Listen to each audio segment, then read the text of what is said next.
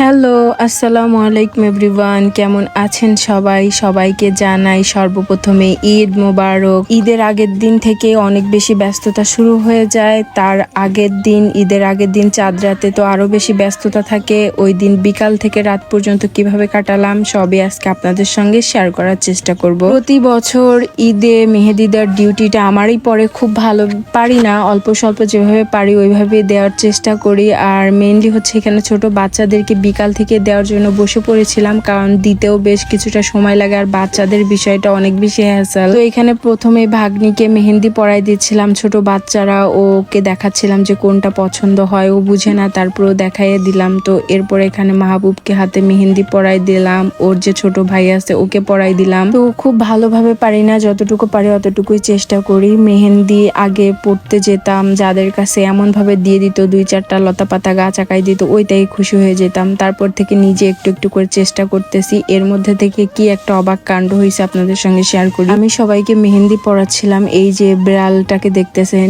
ওকে বিশ্বাস করেন এর আগে আমি কোনোদিনও দেখি নাই, না ও আমাকে দেখছে বা ওর সঙ্গে আমার কোনো দেখা সাক্ষাৎ কোনো কিছুই কিন্তু নাই। বাসা সবাই এই বিড়ালটার কাণ্ড কারখানা দেখে এত পরিমাণে অবাক হচ্ছে যা বলার বাহিরে। আমি নিজেও অনেক পরিমাণে অবাক হয়েছি। আমি এখানে বসে বসে মেহেন্দি পরাইতেছি, ওকে আমি ডাকিও নাই, ওকে আমি চিনিও না, আগে কখনো দেখিও নাই। হঠাৎ করে আমার গায়ের সঙ্গে এসে গা ঘেঁষা শুরু করছে এবং হঠাৎ করে এসে আমার কোলের মধ্যে শুয়ে পড়ছে, যার কারণে আমি অনেক বেশি ভয়ও পাইছি। তো বিড়ালের এরকম হঠাৎ করে এরকম আচরণ দেখে বাসার সবাই রীতিমতো অবাক হয়ে গেছে। ভাবলাম যে ওর হয়তো ক্ষুধা পাইছে জন্য আমার কাছে আসছে, তো ওকে কিছু খাবার দিয়ে দিলাম। তো আমার কোলের উপর বসে আর কি 2টা পা আমার কোলের উপর রেখে ও খাবার দাবার খাচ্ছে। তো আমি ওকে ভাবলাম যে হয়তো ওর ক্ষুধা লাগছে জন্যই আর কি আসছে আমার কাছে। তো খাওয়া দাওয়া শেষ করার পরে ও দেখি যে আবার আমার কোলের উপর এসে বসে পড়ছে। আসলে বিড়ালটার আচার আচরণ দেখে আমার খুব বেশি অবাক হচ্ছিলাম। বাসা সবাইও বলতেছিল আসলে পোষা বিড়াল হলে অন্য কথা, বাট আমি ওরে কখনো দেখিও নাই বা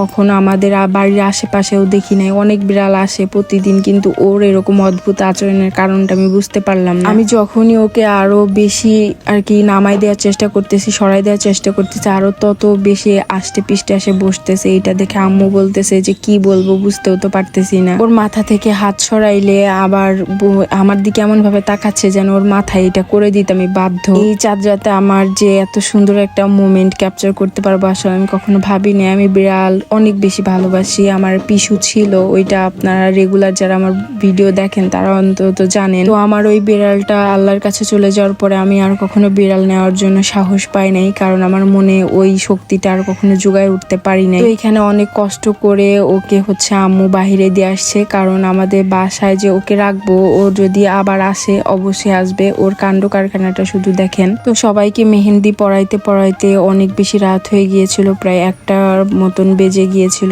টুকিটাকি যতটুকু যেভাবে পারি আর কি ওইভাবে দিয়ে দেওয়ার মতন চেষ্টা করছি। তো মেহেন্দি পরাইতে পরাইতে অনেক বেশি রাত হয়ে গিয়েছিল। আর দেখেন আমার কোলের কাছে কিভাবে করে ঘুমাচ্ছে। পরে ও একাই চলে গেছে, মানে জোর জবর করার পরে। এরপরে যতটুকু আর কি পারছি তাড়াতাড়ি করে সবাইকে একটু পরাই দিলাম। আমি মেহেন্দি পড়তে পারি নাই, তো আমার চাঁদ রাত এভাবেই কাটলো। আপনারা কে কি করে কাটালেন অবশ্যই কমেন্ট করে জানাতে ভুলবেন না। আবারও সবাইকে জানাই ঈদ মোবারক। ভালো থাকবেন সবাই, আল্লাহ হাফেজ।